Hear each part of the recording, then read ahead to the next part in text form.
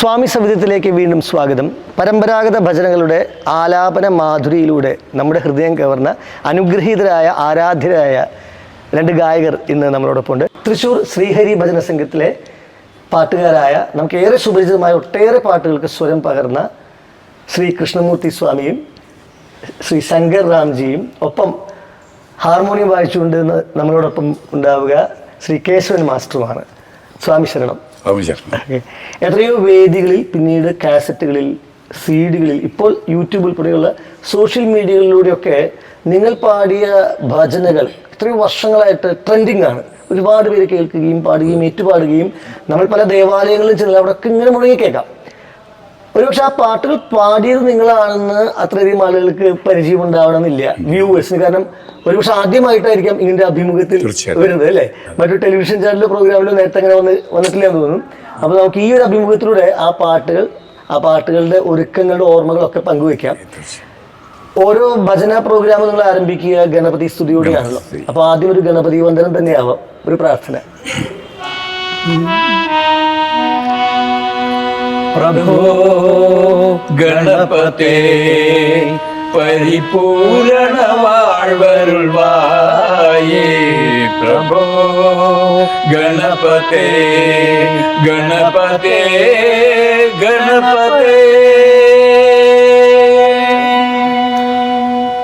ഏകദേശം 1990കളുടെ തുടക്കം മുതൽ ഇവിടെ കാസറ്റുകളിലൂടെ ആളുകൾ ഭക്തിഗാനങ്ങൾ കേട്ട് അതൊരു ശീലമായൊരു സമയത്ത്, എനിക്ക് തോന്നുന്നു 93 ആദ്യമായിട്ട് ആദ്യത്തെ കാസറ്റ്, അല്ലെ? ഭക്തിമലറും ഭജനാമൃതമാണ് നിങ്ങളുടെ ഏറ്റവും പോപ്പുലർ ആയിട്ടുള്ള കാസറ്റുകളുടെ പേര്.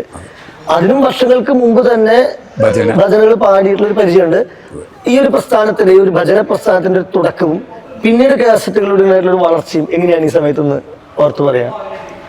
ഭജന അന്ന് കാലഘട്ടങ്ങളിൽ പബ്ലിക്സിന് കാണാവുന്ന തരത്തിലധികം ഇല്ലാത്ത കാരണം കൊണ്ട് ഞങ്ങൾ തുടങ്ങിയത് ആപ്റ്റ് ടൈമിലാണ്. അത് ജനങ്ങൾക്ക് ശരിക്കും ഇത് ഉൾക്കൊള്ളാനും പറ്റി. ഞങ്ങൾക്ക് ഞങ്ങളുടെ ഭജനയാണെങ്കിലും കാസറ്റാണെങ്കിലും ശരിക്കും ക്ലിക്കാവുകയും ചെയ്തു. അതാണ് ഞങ്ങളുടെ ഭജനയുടെ തുടക്കം. ആ തുടക്കത്തിൽ പാടിയിട്ടുള്ള പാട്ടുകളിൽ ഒരുപാട് പാട്ടുകൾ പോപ്പുലർ ആയിട്ടുള്ളത് എനിക്കറിയാം. അങ്ങനെയുള്ള ഒരുപാടധികം ഹിറ്റ് പാട്ടുകളിൽ അയ്യപ്പ ഭക്തിഗാനങ്ങളിൽ ഏറ്റവും പോപ്പുലർ ആയിട്ടുള്ള ശങ്കർറാംജി പാടിയിട്ടുള്ള നീ സിരിത്താൽ ഞാൻ സിരിപ്പേ ശിങ്കാര രൂപ, അത് രണ്ടുപേരും ഇത് പാടാമോ? നീ സിരിത്താൽ ഞാൻ സിരിപ്പേൻ ശിങ്കാര രൂപ, നീ മறைந்தால் நான் அழுவேன் ஒய்யார ரூபா. நீ சிரித்தால் நான் சிரிப்பேன் சிங்கார ரூபா, நீ மறைந்தால் நான் அழுவேன் ஒய்யார ரூபா. நீ வரவே நான் இருப்பேன் ஐயனே, நீ வந்து என்னை കാപ്പായ്. എത്ര ഗംഭീരമാണ്, അല്ലേ? ശരിക്കും ഓരോ ഭജനയും ഭക്തിഗാനവും അത് നമ്മൾ കേട്ട ആസ്വദിക്കുന്നതോടൊപ്പം നമ്മുടെ ഹൃദയത്തിന് നിർമ്മലമാക്കുന്നു. നമ്മൾ ഭക്തി എന്ന് പറയുന്ന ഒരു അനുഭവം ഏറ്റവും ഗംഭീരമായിട്ട് ഫീൽ ചെയ്യിക്കുന്നു എന്നുള്ളതാണ്. സാഹിത്യം നമ്മൾ മനസ്സിലാക്കി പാടുമ്പോൾ നമുക്കൊരു ജീവസ് കിട്ടുന്നു. സാഹിത്യം എന്ന് പറഞ്ഞുകൊണ്ട് തന്നെ വരികൾ, ഈണം, ഓർക്കസ്ട്രേഷൻ, ഇത് ഓരോന്നും നിങ്ങളുടെ ഈ പാട്ടുകളിൽ ഒരുക്കിയിട്ടുള്ള നിങ്ങളുടെ ടീം വർക്കിനെ കുറിച്ചൊന്ന് പറയാം. ടീം വർക്ക് ഞങ്ങൾ സാധാരണ അത് ഭജനയ്ക്ക് പാടിക്കൊണ്ടിരുന്ന ഓരോ പാട്ടുകളും ഞങ്ങളുടെ ഗുരുസ്വാമിയും എല്ലാമായ പെരുമ്പാവൂരിൽ എച്ച് രാമനാഥൻ, അദ്ദേഹം ഒരിക്കൽ ഞങ്ങൾ പമ്പയിൽ ശാസ്ത്രാപ്രീതി എല്ലാം കഴിഞ്ഞിട്ട് പമ്പ ഭജനയെല്ലാം കഴിഞ്ഞിരിക്കുമ്പോൾ നമുക്കിത് പൊതുജനങ്ങൾക്ക് കേൾക്കാവുന്ന വിധത്തിലോ ബാക്കിയുള്ളോ ഒക്കെ നമുക്ക് പെട്ടെന്നൊരു CD-യോ MP3-യോ കാസറ്റോ നമുക്ക് ഇറക്കണം എന്ന് പറഞ്ഞു.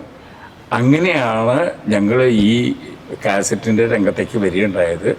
എച്ച് രാമനാഥൻ ഞങ്ങൾക്ക് ഇതിൻ്റെ ഈണം പകർന്ന് ഇതിൻ്റെ വരികൾ തന്ന്, ഇതിനു വേണ്ടി അദ്ദേഹവും ഞാനും ചിലപ്പോൾ അഴുതാ നദി, പമ്പ ഇവിടെയൊക്കെ ആരും ഇല്ലാത്ത സമയത്ത് പോയി ഇവിടുത്തെ സാഹിത്യങ്ങളെ കളക്ട് ചെയ്യാൻ ഞങ്ങൾ പോയിട്ടുള്ള സമയങ്ങൾ വരെ ഉണ്ടായിട്ടുണ്ട്.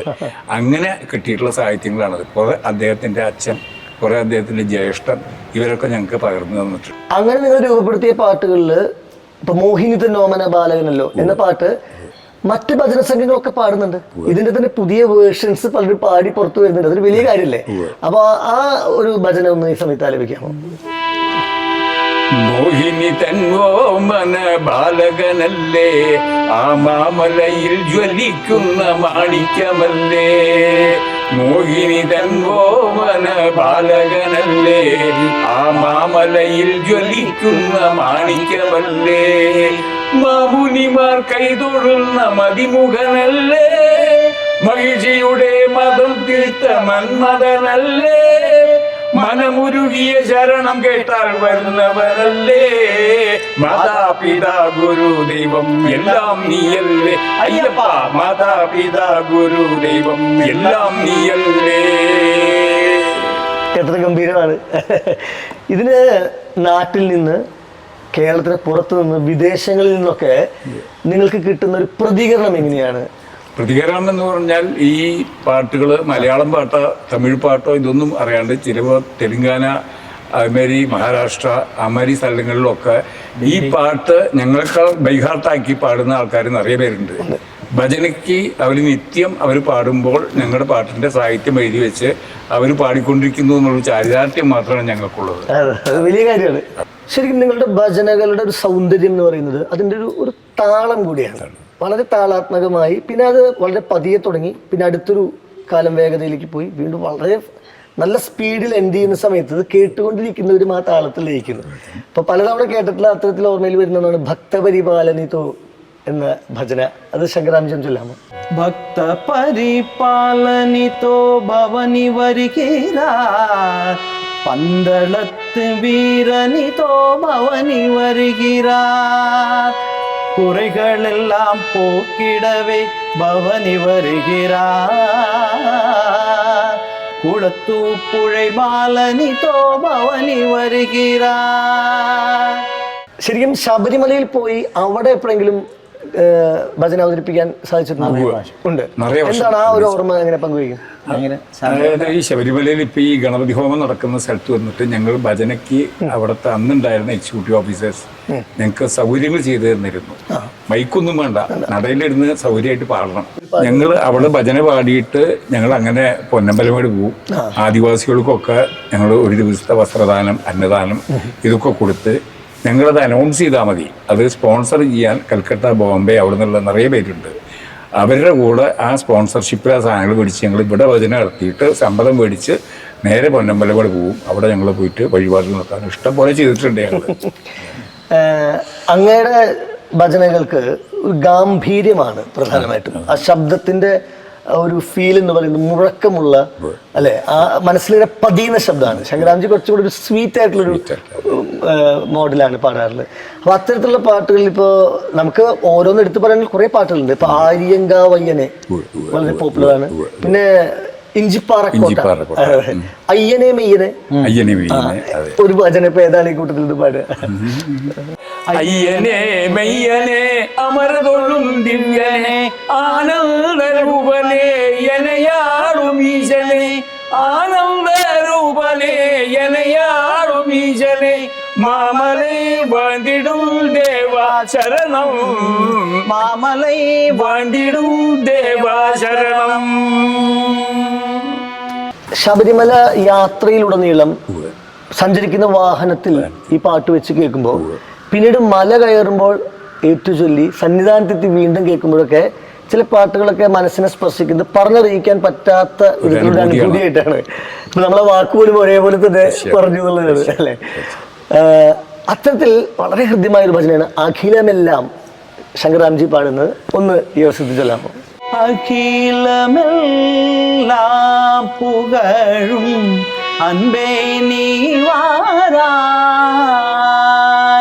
சபரிகிரியில் வாழும் சாஸ்வதாவாராய், சாந்தனே சாந்த ஸ்வரூபா நீ வாராய்.